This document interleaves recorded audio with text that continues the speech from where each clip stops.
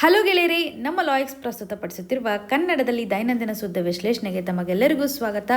ಇಂದು ನಾವು ನೋಡಲಿದ್ದೇವೆ ಜನವರಿ 1, 2025 ದಿ ಹಿಂದೂ ಪತ್ರಿಕೆಯಲ್ಲಿರ್ತಕ್ಕಂತಹ ಬಹುಮುಖ್ಯವಾದಂತಹ ಆರ್ಟಿಕಲ್ಸ್ಗಳನ್ನು. ಈ ಹೊಸ ವರ್ಷ ಹೊಸ ಉತ್ಸಾಹವನ್ನು ನಿಮ್ಮಲ್ಲಿ ತರಲಿ, ಹೊಸ ಯೋಜನೆಯೊಂದಿಗೆ, ಹೊಸ ಪ್ರಯತ್ನದೊಂದಿಗೆ ನಿಮ್ಮ ಎಲ್ಲ ಕನಸುಗಳು ಅತಿ ಶೀಘ್ರವಾಗಿ ಫಲಿಸಲಿ ಅಂತ ಹೇಳ್ತಾ ಎಲ್ಲ ವಿದ್ಯಾರ್ಥಿಗಳಿಗೂ ಹೊಸ ವರ್ಷದ ಹಾರ್ದಿಕ ಶುಭಾಶಯಗಳು. ಇವತ್ತಿನ ಒಂದು ನ್ಯೂಸ್ ಅನಾಲಿಸಿಸ್ ನೋಡೋಕ್ಕಿಂತ ಮುಂಚೆ ನಿಮಗಿರ್ತಕ್ಕಂಥ ಒಂದು ಸ್ಮಾಲ್ ಅನೌನ್ಸ್ಮೆಂಟ್ ಅಂದರೆ 2025 ತಯಾರಾಗ್ತಕ್ಕಂಥ ವಿದ್ಯಾರ್ಥಿಗಳಿಗೆ ಆಗಿರ್ಬೋದು ಅಥವಾ ಯಾವುದಾದ್ರೂ KPSC ರಿಲೇಟೆಡ್ ಇರುವಂಥ ಎಕ್ಸಾಮಿನೇಷನ್ನ ಫೇಸ್ ಮಾಡ್ತೀನಿ ಅಂತಂದರೆ ಇವ್ರಿಗೆ ಸಂಬಂಧಪಟ್ಟಂಥ ಒಂದು RRP ಮಾಡ್ಯೂಲ್ಸನ್ನು ತರ್ತಾ ಇದ್ದಾರೆ. ಇದೊಂದು ಕಂಪ್ಲೀಟ್ಲಿ ರಿವಿಷನ್ ಮಾಡೆಲ್ ಆಗಿರುತ್ತೆ. ಆಲ್ರೆಡಿ ನೀವು ಪ್ರಿಪರೇಷನನ್ನು ಕಂಪ್ಲೀಟ್ ಮಾಡಿದರೆ ರಿವಿಷನ್ ಒಂದು ಅವಶ್ಯಕತೆ ಡೆಫಿನೆಟ್ಲಿ ಎಕ್ಸಾಮ್ನಲ್ಲಿ ಕಾನ್ಫಿಡೆನ್ಸನ್ನು ತರಲಿಕ್ಕೆ ಸಹಕಾರಿ ಆಗುತ್ತೆ ಅಂತಲೇ ಹೇಳ್ಬೋದು. ಇದಕ್ಕೆ ಸಂಬಂಧಪಟ್ಟಂತೆ ನಿಮಗೆ ಮಟೀರಿಯಲ್ಸನ್ನು ಕೊಡ್ತಾರೆ, ಟೆಸ್ಟನ್ನು ಸಹ ಕಂಡಕ್ಟ್ ಮಾಡ್ತಾರೆ. ಏನೇ ಒಂದು ಪರ್ಟಿಕ್ಯುಲರ್ ಸಬ್ಜೆಕ್ಟ್ ಮೇಲೆ ಡೌಟ್ಸ್ ಇದ್ರೂ ಸಹ ನಿಮಗೆ ಕ್ಲಾರಿಫೈ ಮಾಡಲಾಗುತ್ತೆ. ಈ ಒಂದು ಪ್ರೋಗ್ರಾಮ್ಗೆ ಸಂಬಂಧಪಟ್ಟಂತೆ ಜಾಯ್ನ್ ಆಗಲಿಕ್ಕೆ ಒಂದು ಸ್ಕಾಲರ್ಶಿಪ್ ಟೆಸ್ಟನ್ನು ಸಹ ಕಂಡಕ್ಟ್ ಮಾಡಲಿದ್ದಾರೆ. ಜನವರಿ 4ನೇ ತಾರೀಕಿನಂದು ನಿಮಗೆ ಸ್ಕಾಲರ್ಶಿಪ್ ಟೆಸ್ಟ್ ಇರುತ್ತೆ. ಇಲ್ಲ ಡೈರೆಕ್ಟಾಗಿ ನಾವು ರಿಜಿಸ್ಟ್ರೇಷನನ್ನು ಮಾಡ್ಕೊಳ್ತೀವಿ ಅನ್ನುವಂಥ ಇಚ್ಛೆ ಇದ್ದರೆ QR ಕೋಡನ್ನು ಸ್ಕ್ಯಾನ್ ಮಾಡಿ ರಿಜಿಸ್ಟ್ರೇಷನ್ನ ಮಾಡ್ಕೊಳ್ಳಿ. ಅಥವಾ ಹೆಚ್ಚಿನ ಮಾಹಿತಿ ಬೇಕಿದ್ದರೆ ಇಲ್ಲಿರುವಂಥ ನಂಬರ್ಗೆ ಕಾಲ್ ಮಾಡಿ ಮಾಹಿತಿಯನ್ನು ಪಡೆದುಕೊಳ್ಬೋದಾಗಿದೆ ಅಂತ ಹೇಳ್ತಾ ಇವತ್ತಿನ ಒಂದು ಮೊದಲನೇ ಆರ್ಟಿಕಲ್ ಕಡೆ ಶಿಫ್ಟ್ ಆಗೋದಾದರೆ, ಇಂಡೋರ್ ಆಫಿಷಿಯಲ್ ಎಕ್ಸ್ಟ್ as deaths linked to unsafe water hit 10. ಈ ಒಂದು ಇಶ್ಯೂನ GS ಪೇಪರ್ 2 ನಡಿನಲ್ಲಿ ಹೆಲ್ತ್ ಆಸ್ಪೆಕ್ಟ್ ಆಗಿರ್ಬೋದು, ಗೌರ್ಮೆಂಟ್ ಪಾಲಿಸೀಸ್ ಆ್ಯಂಡ್ ಇಂಟರ್ವೆನ್ಷನ್ ಆಗಿರ್ಬೋದು, ಗವರ್ನೆನ್ಸ್ ಆಧಾರದ ಮೇಲೆ ಕನೆಕ್ಟ್ ಮಾಡ್ಬೋದು. ಹಾಗೇನು GS ಪೇಪರ್ 3 ನಡಿನಲ್ಲೂ ಸಹ ಪರ್ಟಿಕ್ಯುಲರ್ಲಿ ಒಂದು ಗ್ರೌಂಡ್ ವಾಟರ್ ಇಶ್ಯೂಸ್ಗೆ ಸಂಬಂಧಪಟ್ಟಂತೆ ಕಂಟ್ಯಾಮಿನೇಷನ್ ಯಾವ ರೀತಿಯಾಗಿರುತ್ತೆ ಆಧಾರದ ಮೇಲೆ ಅಗ್ರಿಕಲ್ಚರ್ ರಿಲೇಟೆಡ್ ಇರ್ತಕ್ಕಂಥ ಚಾಲೆಂಜಸ್ಗಳು ಏನಿರುತ್ತೆ ಅಥವಾ ಗ್ರೌಂಡ್ ವಾಟರ್ ರಿಸೋರ್ಸ್ಗೆ ಸಂಬಂಧಪಟ್ಟಂತೆ ರಿಸೋರ್ಸಸ್ ಆ್ಯಂಡ್ ಮಿನರಲ್ ಆಸ್ಪೆಕ್ಟಲ್ಲೂ ಸಹ ನಾವು ಗಮನ ಹರಿಸುವಂಥದ್ದು. ಸೊ ನೀವಿಲ್ಲಿ ಅರ್ಥ ಮಾಡ್ಕೊಳ್ಳಿ, ರೀಸೆಂಟಾಗಿ ಕೆಲವೊಂದಿಷ್ಟು ರಿಪೋರ್ಟನ್ನು ನಾವು ಗಮನ ಹರಿಸ್ಬೋದು. ಸಾಕಷ್ಟು ಡೆತ್ ಆಗ್ತಾ ಇದೆ ಅಂತ ಇಂಡೋರಲ್ಲಿರ್ತಕ್ಕಂಥ ಒಂದು ಆಫಿಷಿಯಲ್ ಹೇಳ್ತಾ ಇದೆ. ಅಂದರೆ ಅನ್ಸೇಫ್ ಆಗಿರತಕ್ಕಂಥ ವಾಟರ್ನ ಮುಖಾಂತರ ನಿಯರ್ಲಿ 2,000 ಜನರಿಗೆ ಇಲ್ನೆಸ್ ಕ್ರಿಯೇಟ್ ಆಗಿರೋದಾಗಿ ರಿಪೋರ್ಟ್ ಹೇಳ್ತಾ ಇದ್ದಾವೆ. ಇದನ್ನು ಇನ್ವೆಸ್ಟಿಗೇಟ್ ಮಾಡಲಿಕ್ಕಂತಾನೆ ಈ ಒಂದು ಇನ್ಸಿಡೆಂಟ್ಗೆ ಸಂಬಂಧಪಟ್ಟಂತೆ ಇನ್ವೆಸ್ಟಿಗೇಷನ್ ಮಾಡಲಿಕ್ಕೆ 3 ಮೆಂಬರ್ಸ್ಗಳನ್ನು ಒಳಗೊಂಡಂಥ ಒಂದು ಪ್ಯಾನಲನ್ನು ಸಹ ಸೆಟಪ್ ಮಾಡಿರೋದಾಗಿ ನಾವು ಗಮನ ಹರಿಸುವಂಥದ್ದು. ಸೊ ಈ ಒಂದು ಹಂತದಲ್ಲಿ ಗ್ರೌಂಡ್ ವಾಟರ್ಗೆ ಸಂಬಂಧಪಟ್ಟಂಥ ಇಶ್ಯೂಸ್ಗಳು ಯಾವ ರೀತಿಯಾಗಿದೆ, ಓಕೆ, ಮುನ್ಸಿಪಲ್ ಸಪ್ಲೈ ಲೈನಲ್ಲಿ ಅದರಲ್ಲೂ ಡ್ರಿಂಕಿಂಗ್ ವಾಟರ್ ಬರುತ್ತಲ್ಲ, ಆ ಒಂದು ಡ್ರಿಂಕಿಂಗ್ ವಾಟರಿಂದನೇ ಇವಾಗ ಸಾಕಷ್ಟು ಜನರ ಒಂದು ಹೆಲ್ತ್ ಹದಗೆಡ್ತಾ ಇದೆ ಅಂತಲೇ ಗಮನ ಹರಿಸುವಂಥದ್ದು. ಸೊ ಇವಾಗ ನ್ಯಾಚುರಲಿ ಅವೈಲೇಬಲ್ ಇರತಕ್ಕಂತಹ ಕಂಟ್ಯಾಮಿನೇಟೆಡ್ ವಾಟರ್ ಕಂಟೆಂಟ್ ಯಾವ ರೀತಿಯಾಗಿರುತ್ತೆ ಅಥವಾ ಇವಾಗ ವಾಟರ್ ಪೊಲ್ಯೂಷನ್ ಆಗಿದೆ ಅಂತಂದರೆ ಯಾವ ರೀತಿಯಂತಹ ಎಲಿಮೆಂಟ್ಸ್ಗಳು ಇವತ್ತು ಹಾರ್ಮನ್ನು ಕ್ರಿಯೇಟ್ ಮಾಡ್ತಾ ಇದೆ. ನೀವು ಅಬ್ಸರ್ವ್ ಮಾಡ್ಬೋದು, ನ್ಯಾಚುರಲಿ ಕೆಲವೊಂದಿಷ್ಟು ಕಂಟ್ಯಾಮಿನೆಂಟ್ಸ್ಗಳು ಇದ್ದೇ ಇರುತ್ತೆ ವಾಟ್ರಲ್ಲಿ. ಫಾರ್ ಎಕ್ಸಾಂಪಲ್ ಇವಾಗ ಹೈ ಆರ್ಸೆನಿಕ್ ಕಂಡೀಷನ್ ಏನಾದರೂ ಇದ್ದರೆ ಇದು ಸಹ ನಮ್ಮ ಒಂದು ಹೆಲ್ತಿಗೆ ಇಂಪ್ಯಾಕ್ಟನ್ನು ಕ್ರಿಯೇಟ್ ಮಾಡುತ್ತೆ. ಫ್ಲೂರೈಡ್ಸ್ ಅಂತ ನಾವು ಗಮನ ಹರಿಸ್ತೇವೆ. ಐರನ್ ಕಂಟೆಂಟ್ ಇರೋದನ್ನು ನೋಡ್ತಾ ಇದ್ದೇವೆ. ಯುರೇನಿಯಂ ಕಂಟೆಂಟು ಸಹ ಎಕ್ಸಿಸ್ಟ್ ಇರೋದನ್ನು ಗಮನಿಸ್ಬೋದು. ನ್ಯಾಚುರಲಿ ಅವೈಲೇಬಲ್ ಇರುತ್ತೆ. ಅದರಲ್ಲೂ ಈ ಒಂದು ಗ್ರೌಂಡ್ ವಾಟರಲ್ಲಿ ಪ್ರೆಸೆನ್ಸ್ ಇರ್ತಕ್ಕಂತಹ ಆರ್ಸೆನಿಕ್ ಕಂಪೌಂಡ್ ಆಗಿರ್ಬೋದು, ಐರನ್ ಪೊಲ್ಯೂಷನ್ ಆಗಿರ್ಬೋದು, ಏರಿಯಾ ಸ್ಪೆಸಿಫಿಕೇಷನ್ಸನ್ನು ತೋರಿಸುತ್ತೆ. ಇವಾಗ ವೆಸ್ಟ್ ಬೆಂಗಾಲ್ ರೀಜನಲ್ಲಿ ಸಾಕಷ್ಟು ಅವೈಲೇಬಲ್ ಇರುವಂಥದ್ದನ್ನಾಗಿರ್ಬೋದು, ಅಸ್ಸಾಂನಲ್ಲೂ ಸಹ ಸಾಕಷ್ಟು ಸ್ಟೇಟ್ಸ್ಗಳಲ್ಲಿ ಈ ಒಂದು ಆರ್ಸೆನಿಕ್ ಕಂಟೆಂಟ್, ಐರನ್ ಕಂಟೆಂಟ್ ಇರೋದನ್ನು, ವೆಸ್ಟ್ ಬೆಂಗಾಲ್ ಅಂತ ಬಂದಾಗ ಆರ್ಸೆನಿಕ್ ಕಂಟೆಂಟ್ ಜಾಸ್ತಿ ಇರೋದನ್ನು ನೋಡ್ತೇವೆ. ಹಾಗೂ ಐರನ್ ಕಂಟೆಂಟ್ ಅಂತ ಬಂದಾಗ ಅಸ್ಸಾಮಲ್ಲಿ ಜಾಸ್ತಿ ಇರೋದನ್ನು ನಾವು ಗಮನ ಹರಿಸುವಂಥದ್ದು. ಸೊ ಈ ಒಂದು ಹಂತದಲ್ಲಿ ರೀಜ್ನಲ್ ವೈಸು ಡಿಫ್ರೆಂಟ್ ಆಗಿರತಕ್ಕಂತಹ ಕಂಟ್ಯಾಮಿನೆಂಟ್ಸ್ಗಳ ಡಿಸ್ಟ್ರಿಬ್ಯೂಷನ್ಸನ್ನು ನಾವು ಗಮನ ಹರಿಸ್ಬೋದು. ಕಾರಣಗಳು ಏನಿರಬಹುದು ಅಂತಂದರೆ ಇದು ವೆರಿ ವೆರಿ ಇಂಪಾರ್ಟೆಂಟ್. ಕಾರಣಗಳು ಯಾವ ರೀತಿಯಾಗಿರುತ್ತೆ ಅಂತ, ಹಾಗೂ ನಾವು ನ್ಯಾಷನಲ್ ಲೆವೆಲಲ್ಲಿ ಯಾವ ರೀತಿಯಾಗಿ ಈ ಒಂದು ವಾಟರ್ ರಿಲೇಟೆಡ್ ಇರುವಂತೆ ಅದರಲ್ಲೂ ಗ್ರೌಂಡ್ ವಾಟರ್ ರಿಲೇಟೆಡ್ ಇರತಕ್ಕಂಥ ಇಶ್ಯೂನ ಅಡ್ರೆಸ್ ಮಾಡಲಿಕ್ಕೆ ಅಥಾರಿಟಿಯನ್ನು ಹೊಂದಿದ್ದೀವಿ ಅನ್ನೋದು ತಿಳ್ಕೊಬೇಕಾಗುತ್ತೆ. ಫಾರ್ ಮೋಸ್ಟ್ ಇಂಪಾರ್ಟೆಂಟ್ ರೀಸನ್ ಅಂತಂದರೆ ಇವಾಗ ನಾವು ಅಗ್ರಿಕಲ್ಚರ್ ಆ್ಯಕ್ಟಿವಿಟಿಯನ್ನು ಮಾಡ್ತೇವಲ್ವಾ, ಈ ಒಂದು ಅಗ್ರಿಕಲ್ಚರ್ ಆ್ಯಕ್ಟಿವಿಟಿಯಿಂದ ಎಕ್ಸೆಸಿವ್ ಆಗಿರ್ತಕ್ಕಂಥ ಫರ್ಟಿಲೈಸರ್ಸ್ಗಳು ಡಿಸ್ಚಾರ್ಜ್ ಆಗೋದನ್ನು ನೋಡ್ತಾ ಇದ್ದೀವಿ. ಪೆಸ್ಟಿಸೈಡ್ಸ್ಗಳಾಗಿರ್ಬೋದು, ಹರ್ಬಿಸೈಡ್ಸ್ಗಳಾಗಿರ್ಬೋದು, ಇವುಗಳೆಲ್ಲವನ್ನು ನಾವು ಯೂಸ್ ಮಾಡ್ತಾ ಇದ್ದೀವಿ. ಇದರಿಂದ ಈ ಒಂದು ಕೆಮಿಕಲ್ ಏನಾಗುತ್ತೆ ಅಂತಂದರೆ ವಾಟರ್ ಟೇಬಲ್ಗೆ reach ಆಗುತ್ತಲ್ವಾ.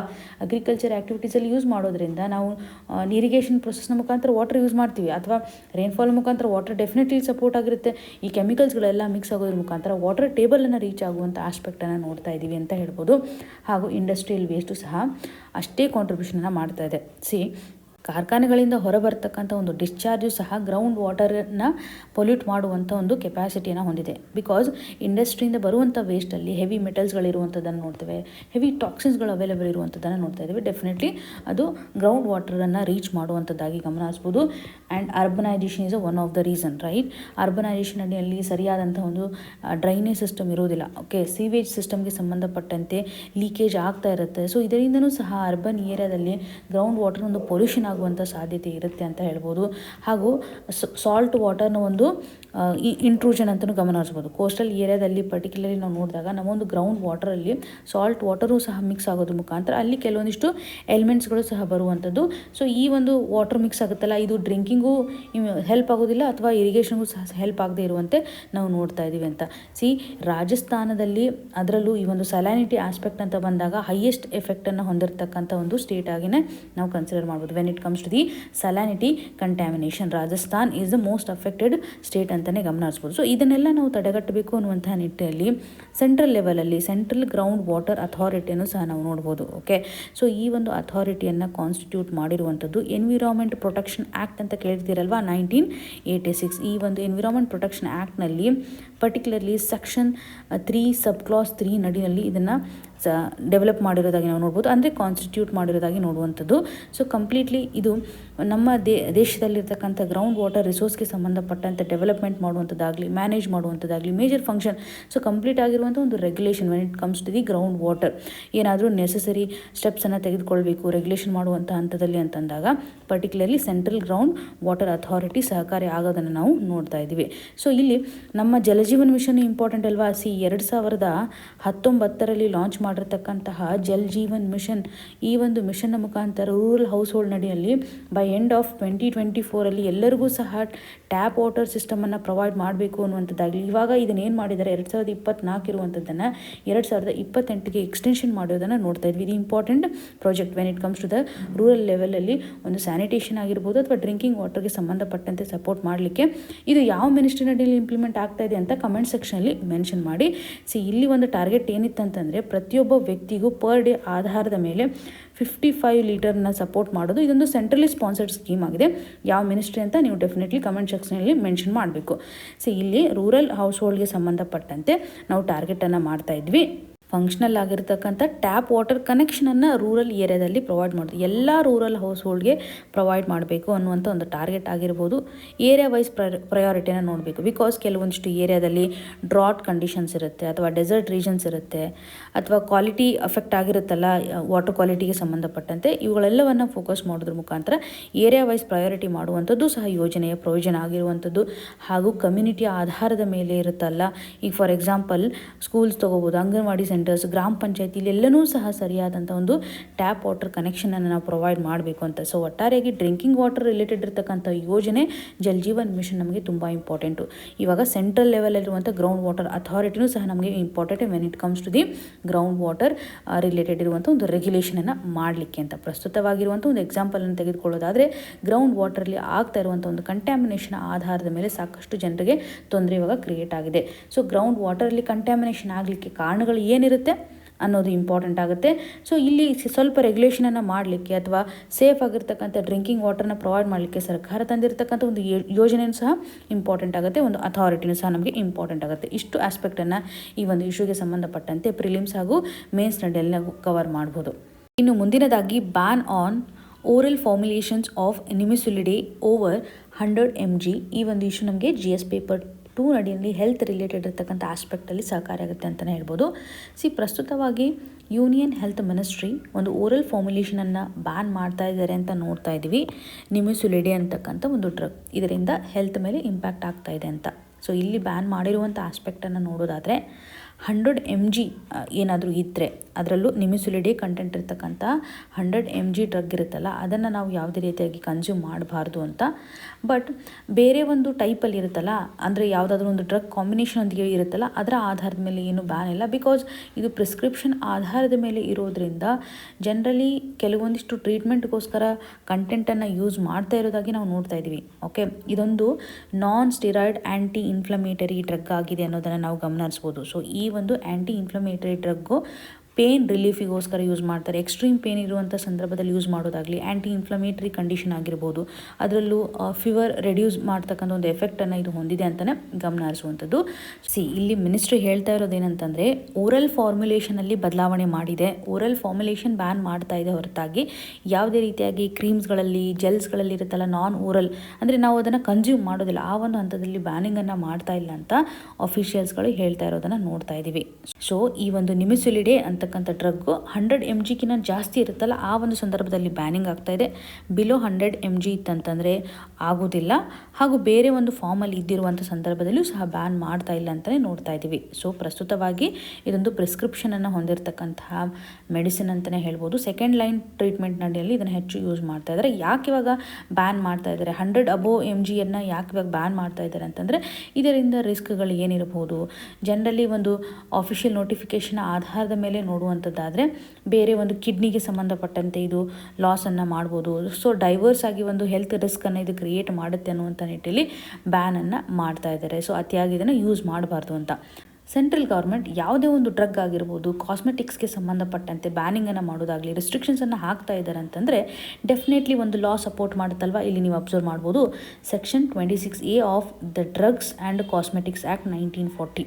So drugs and cosmetics act ನಡಿನಲ್ಲಿ ಒಂದು ಸೆಕ್ಷನ್ ಇದೆ, ಸೆಕ್ಷನ್ 26A. ಈ ಒಂದು ಸೆಕ್ಷನ್ನ ಮುಖಾಂತರ ಬ್ಯಾನಿಂಗನ್ನು ಮಾಡ್ತಾ ಇದ್ದಾರೆ ಅಂತ.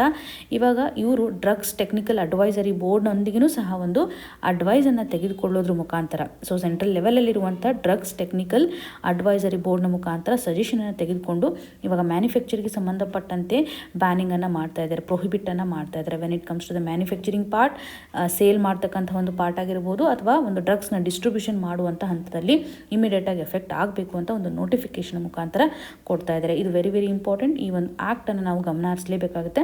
1940 ತಂದಿರತಕ್ಕಂಥ ಡ್ರಗ್ಸ್ ಆ್ಯಂಡ್ ಕಾಸ್ಮೆಟಿಕ್ಸ್ ಆ್ಯಕ್ಟ್ 1940, ಅದರಲ್ಲೂ ಸೆಕ್ಷನ್ 26A ನಾವು ಸರಿಯಾದಂಥ ಒಂದು ಪ್ರೊವಿಷನ್ಸನ್ನು ನೋಡ್ತೇವೆ. When it comes to the controlling drugs distribution, sale ಆಗಿರ್ಬೋದು, ಮ್ಯಾನುಫ್ಯಾಕ್ಚರಿಗೆ ಸಂಬಂಧಪಟ್ಟಂತೆ ಸೇಫ್ ಆಗಿರುವಂಥ ಒಂದು ಆಲ್ಟರ್ನೇಟಿವನ್ನು ಸಹ ಫೈಂಡ್ ಔಟ್ ಮಾಡಬೇಕು. ಬಿಕಾಸ್ ಇದರಿಂದ ಹ್ಯೂಮನ್ಗೆ ಸಾಕಷ್ಟು ರಿಸ್ಕ್ ಕ್ರಿಯೇಟ್ ಆಗುತ್ತೆ. ಡೋಸೇಜ್ ನಡಿನಲ್ಲಿ ಸಹ ರೆಸ್ಟ್ರಿಕ್ಷನ್ಸನ್ನು ಮೊದಲ ಹಂತದಲ್ಲಿ ಮಾಡ್ತಾ ಇದ್ದಾರೆ ಅಂತ ಗಮನ ಹರಿಸುವಂಥದ್ದು. ಸೊ ಪರ್ಟಿಕ್ಯುಲರ್ಲಿ ನೀವು ಅರ್ಥ ಮಾಡ್ಕೊಳ್ಳಿ, ಓರಲ್ ಫಾರ್ಮುಲೇಷನ್ ಅಡಿಯಲ್ಲಿ ಅಬೋ 100 mgಗೆ ಸಂಬಂಧಿಸಿದಂತೆ ಬ್ಯಾನಿಂಗನ್ನು ಮಾಡ್ತಾ ಇದ್ದಾರೆ. When it comes to the non oral ಫಾರ್ಮಲ್ಲಿ ಆಗಿರ್ಬೋದು, ಅಥವಾ 100 mgಗಿನ ಕಡಿಮೆ ಇದ್ದರೆ, ಅಥವಾ ಬೇರೆ ಒಂದು ಕಂಟೆಂಟ್ ಒಂದಿಗೆ ಇರುವಂಥ ಸಂದರ್ಭ ಇದ್ದರೆ ಯಾವುದೇ ರೀತಿ ಅಂತ ನಾವು ಬ್ಯಾನಿಂಗನ್ನು ಮಾಡ್ತಾ ಇಲ್ಲ ಅಂತ ಕ್ಲಿಯರಾಗಿ ಅರ್ಥ ಮಾಡ್ಕೊಳ್ಳಿ. ಪ್ರಿಲಿಮ್ಸಲ್ಲಿ ಈ ರೀತಿಯಂಥ ಕ್ವಶನ್ಸ್ಗಳನ್ನು ನಾವು ಎಕ್ಸ್ಪೆಕ್ಟ್ ಮಾಡ್ಬೋದು. ಮುಂದಿನದಾಗಿ DRDO carries out salvo launch of Pralay missiles. ಈ ಒಂದು ಇಶ್ಯೂ ನಮಗೆ GS ಪೇಪರ್ 3 ನಡಿಯಲ್ಲಿ ಸೈನ್ಸ್ ಆ್ಯಂಡ್ ಟೆಕ್ನಾಲಜಿ ಆಸ್ಪೆಕ್ಟ್ನ ಆಧಾರದ ಮೇಲೆ ಸಹಕಾರಿಯಾಗುತ್ತೆ.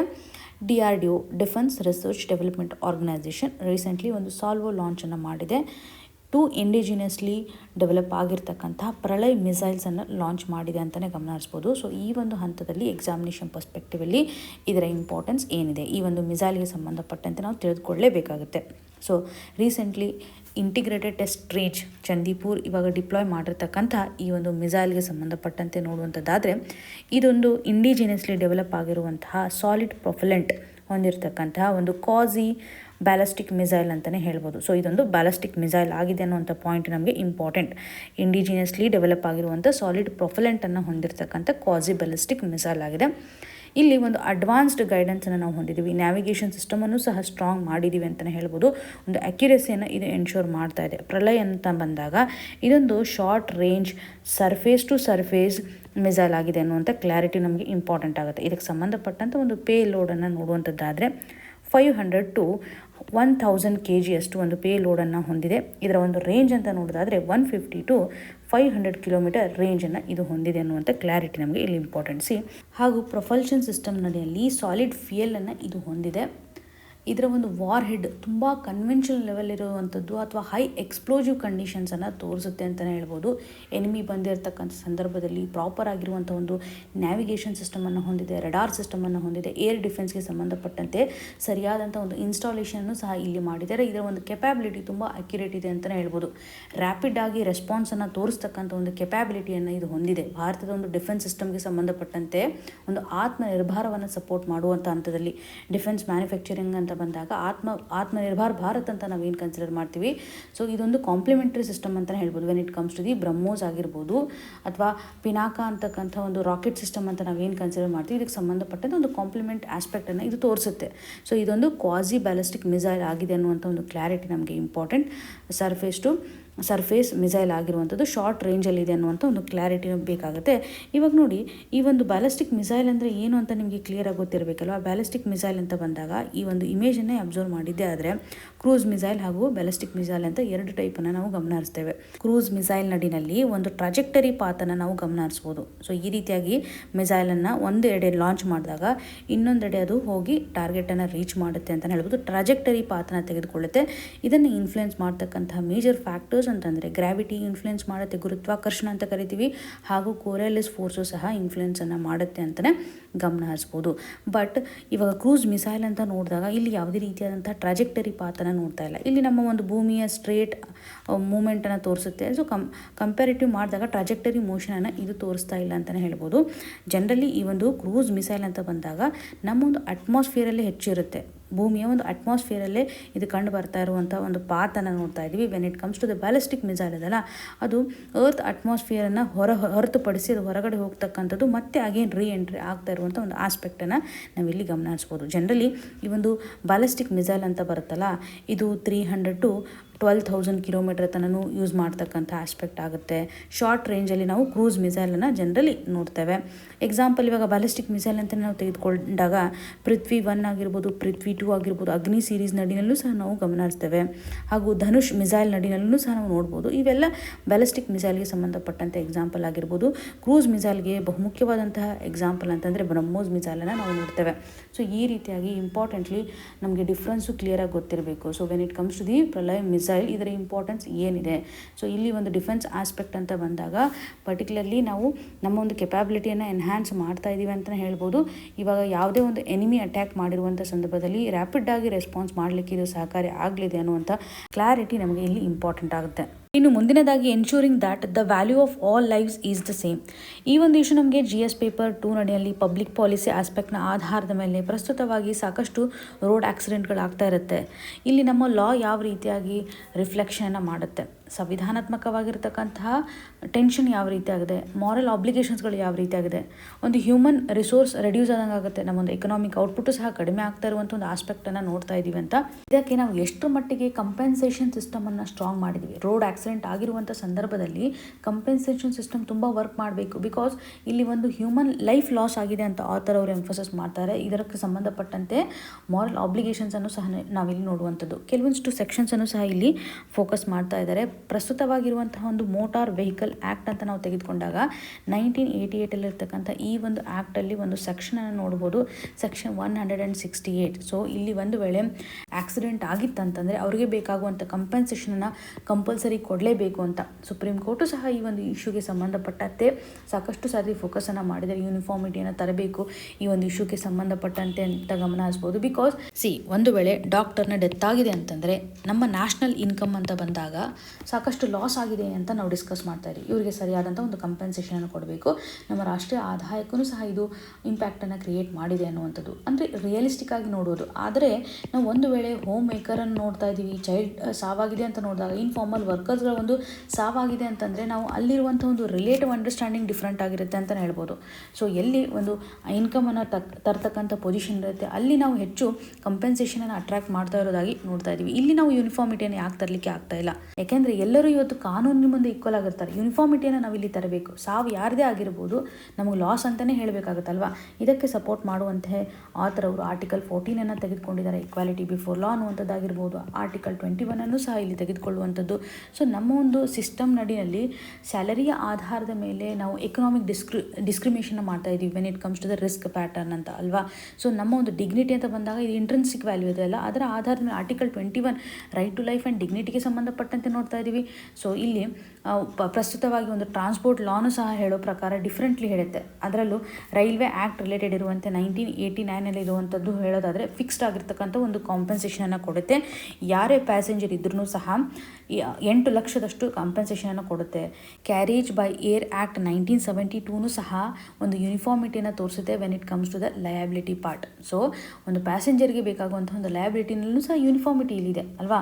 ಬಟ್ ರೋಡ್ ಆಕ್ಸಿಡೆಂಟ್ ಅಂತ ಬಂದಾಗ ನಾವು ಯಾಕೆ ಒಂದು ಇಂಪಾರ್ಷಿಯಾಲಿಟಿಯನ್ನು ತೋರಿಸ್ತಾ ಇದ್ದೀವಿ ಅಂತ. ಸೊ ಪರ್ಟಿಕ್ಯುಲರ್ಲಿ ಪ್ರಾಕ್ಟಿಕಲ್ ಆಗಿ ನಾವು ಥಿಂಕ್ ಮಾಡೋದಾದರೆ ಇನ್ಕಮ್ನ ಆಧಾರದ ಮೇಲೆ ಇದೊಂದು ಇಲ್ಯೂಷನರಿ ಆಸ್ಪೆಕ್ಟ್ ಅಂತಲೇ ಆಥರ್ ಅವರು ಎಂಫೋಸಿಸ್ ಮಾಡ್ತಾ ಇದ್ದಾರೆ. ಇದಕ್ಕೆ ಸಂಬಂಧಪಟ್ಟಂಥ ಕೆಲವೊಂದಿಷ್ಟು ಫಿಲಾಸಫಿಕಲ್ ಕ್ರಿಟಿಕನ್ನು ಸಹ ಇಲ್ಲಿ ಎಂಫೋಸಿಸ್ ಮಾಡೋದ್ರ ಮುಖಾಂತರ ಪ್ರತಿಯೊಬ್ಬ ವ್ಯಕ್ತಿನೂ ಸಹ ಇಂಪಾರ್ಟೆಂಟ್ ಅಂತ ಆಥರ್ ಅವರು ಹೇಳ್ತಾ ಇದ್ದಾರೆ. ಸೊ ಇಲ್ಲಿ ಒಂದು ಡಿಗ್ನಿಟಿಯ ಆಧಾರದ ಮೇಲೆ ಅಥವಾ ಇಂಟಿಗ್ರಿಟಿಯ ಆಧಾರದ ಮೇಲೆ ಸರಿಯಾದಂಥ ಒಂದು ವ್ಯಾಲ್ಯೂವನ್ನು ನಾವು ಇನ್ಕಲ್ಕೇಟ್ ಮಾಡಬೇಕು. When it comes to the wage part ಆಗಿರ್ಬೋದು ಅಥವಾ ಒಂದು ಲೈಫ್ ಲಾಸ್ ಆಗಿರುವಂಥ ಸಂದರ್ಭದಲ್ಲಿ ಎಲ್ಲರಿಗೂ ಸಹ ಈಕ್ವಾಲಿಟಿಯನ್ನು ಕೊಡಬೇಕು ಅನ್ನುವಂಥದ್ದಾಗಿ ಸೊ ಇಲ್ಲಿ ಒಂದು ಫಾರ್ಮುಲಾನ ಆಥರ್ ಅವರು ಪ್ರೊವೈಡ್ ಮಾಡ್ತಾ ಇದ್ದಾರೆ. ಯೂನಿವರ್ಸಲ್ ಆಗಿರ್ತಕ್ಕಂಥ ಡಿಗ್ನಿಟಿ ಫ್ಲೋರನ್ನು ಪ್ರೊವೈಡ್ ಮಾಡಬೇಕು when it comes to the minimum compensation. So ಯಾರೇ ಇವತ್ತು ಡೆತ್ ಆಗಿರಲಿ ಅಥವಾ ಇಂಜುರಿ ಆಗಿರಲಿ ಈ ಒಂದು ಸಂದರ್ಭದಲ್ಲಿ ನಾವು ಕಂಪೆನ್ಸೇಷನನ್ನು ಪ್ರೊವೈಡ್ ಮಾಡುವಂಥ ಸಂದರ್ಭದಲ್ಲಿ ಯೂನಿಫಾರ್ಮಿಟಿಯನ್ನು ತರಬೇಕು ಅನ್ನುವಂಥದ್ದಾಗಲಿ. ಸೊ ಇಲ್ಲಿ ಇನ್ಕಮ್ ಲಿಂಕ್ಡ್ ಏನಿರುತ್ತಲ್ಲ ಈ ಒಂದು ಆಸ್ಪೆಕ್ಟ್ ಅಂತ ಬಂದಾಗ ಮಿನಿಮಮ್ ಕಂಪೆನ್ಸೇಷನನ್ನು ಹೊರತುಪಡಿಸೋದ್ರ ಮುಖಾಂತರ ಮತ್ತು ನಾವು ಎಡಿಷ್ನಲ್ ಆಗಿಯೂ ಸಹ ಅವ್ರು ಕೊಡ್ಬೋದು ಅಲ್ವಾ. ಇದರಿಂದ ಒಂದು ಈಕ್ವಾಲಿಟಿಯನ್ನು ಎನ್ಶೋರ್ ಮಾಡ್ದಂಗೆ ಆಗುತ್ತೆ. ಸೊ ಅವರ ಒಂದು ಆಧಾರದ ಮೇಲೆ ನಾವು ಎಡಿಷ್ನಲ್ ಕೊಡಿ, ಬಟ್ ಎಲ್ಲ ಒಂದು ವ್ಯಕ್ತಿ ಅಂತ ಕನ್ಸಿಡರ್ ಮಾಡಿದಾಗ ಈಕ್ವಾಲಿಟಿನ ಎನ್ಶೋರ್ ಮಾಡುವಂಥ ಸಂದರ್ಭದಲ್ಲಿ ಯೂನಿವರ್ಸಲ್ ಡಿಗ್ನಿಟಿ ಫ್ಲೋರನ್ನು ನಾವಿಲ್ಲಿ ಪ್ರೊವೈಡ್ ಮಾಡಬೇಕು ಅಂತ. ಸೊ ಡಿಗ್ನಿಟಿ ಡ್ಯಾಮೇಜ್ಗೆ ಸಂಬಂಧಪಟ್ಟಂತೆಯೂ ಸಹ ಇಲ್ಲಿ ಎಂಫೋಸಿಸ್ ಮಾಡ್ತಾ ಇದ್ದಾರೆ. ಕಂಪ್ಯಾನಿಯನ್ಶಿಪ್ಗೆ ಸಂಬಂಧಪಟ್ಟಂತಹ ಪ್ರಾಬ್ಲಮ್ಗಳಿರುತ್ತೆ ಅಥವಾ ಗ್ರೀಫ್ ಇರುತ್ತೆ, ಎಮೋಷನಲ್ ಲಾಸ್ ಇರುತ್ತೆ, ಇವೆಲ್ಲವನ್ನು ಕನ್ಸಿಡರ್ ಮಾಡೋದ್ರ ಮುಖಾಂತರ ಸೋಷಿಯಲ್ ರಿಯಾಲಿಟಿ ಯಾವ ರೀತಿ ಆಗಿದೆ ಅಂತ ನೋಡೋದ್ರ ಮುಖಾಂತರ ನಾವು ಕಂಪೆನ್ಸೇಷನನ್ನು ಪ್ರೊವೈಡ್ ಮಾಡಬೇಕು. ಪ್ರೊಸೀಜರ್ ನಡಿನಲ್ಲಿ ಒಂದು ರೀಫಾರ್ಮನ್ನು ತರಬೇಕು ಅಂತ. ಇವಾಗ ಪೊಲೀಸ್ ಡಿಪಾರ್ಟ್ಮೆಂಟ್, ಹಾಸ್ಪಿಟಲ್ ಆಗಿರ್ಬೋದು ಅಥವಾ ಇನ್ಶೂರೆನ್ಸ್ ಕೊಡ್ತಕ್ಕಂಥ ಕಂಡೀಷನ್ ಆಗಿರ್ಬೋದು, ಬ್ಯಾಂಕ್ ಎಲ್ಲವೂ ಸಹ ಕೊಲ್ಯಾಬ್ರೇಷನ್ ಮಾಡೋದ್ರ ಮುಖಾಂತರ ಒಂದು ಸ್ಪೀಡ್ ಆಗಿರ್ತಕ್ಕಂಥ ಟ್ರಾನ್ಸ್ಪರೆನ್ಸಿಯನ್ನು ಎನ್ಶೋರ್ ಮಾಡೋದ್ರ ಮುಖಾಂತರ ಒಂದು ಲಾ ನಡಿನಲ್ಲಿ ಪರ್ಟಿಕ್ಯುಲರ್ಲಿ ನಾವು ಬದಲಾವಣೆಯನ್ನು ಮಾಡಬೇಕು ಅಂತ ಆಥರ್ ಅವರು ಎಂಫೋಸಿಸ್ ಮಾಡ್ತಾ ಇದ್ದಾರೆ. ಸೊ ಕೇವಲ ಒಂದು ಇನ್ಕಮ್ನ ಆಧಾರದ ಮೇಲೆ ಅಷ್ಟೇ ಅಲ್ಲ, ಎಲ್ಲರಿಗೂ ಸಹ ಈಕ್ವಾಲಿಟಿಯನ್ನು ಒದಗಿಸೋದು ಇಂಪಾರ್ಟೆಂಟು ಅನ್ನುವಂಥ ಆಸ್ಪೆಕ್ಟನ್ನು ನಾವಿಲ್ಲಿ ಗಮನ ಹರಿಸಬೇಕಾಗುತ್ತೆ. ಇನ್ನು ಇವತ್ತಿನ question of the day section ಅಡಿನಲ್ಲಿ the Pralay missile recently tested by India is best described as a long range nuclear ballistic missile, short range surface to surface tactical ballistic missile and subsonic cruise missile, anti satellite missile ಅನ್ನುವಂಥದ್ದಾಗಿ ಕೊಟ್ಟಿದ್ದಾರೆ. 4 option ನಡಿಯಲ್ಲಿ ಪ್ರಲಯ್ ಮಿಸೈಲ್ಗೆ ಸಂಬಂಧಪಟ್ಟಂತೆ option ಯಾವುದು ಸರಿಯಾಗಿದೆ ಅಂತ comment ಸೆಕ್ಷನಲ್ಲಿ mention ಮಾಡಿ. ನಿಮ್ಗೆ ಏನೇ ಕನ್ಸರ್ನ್ ಇದ್ದೂ ಸಹ ನಮಗೆ ಕಮೆಂಟ್ನ ಮುಖಾಂತರ ತಿಳಿಸಿಕೊಡಿ ಅಂತ ಹೇಳ್ತಾ ಆಲ್ ದಿ ವೆರಿ ಬೆಸ್ಟ್. ಧನ್ಯವಾದಗಳು.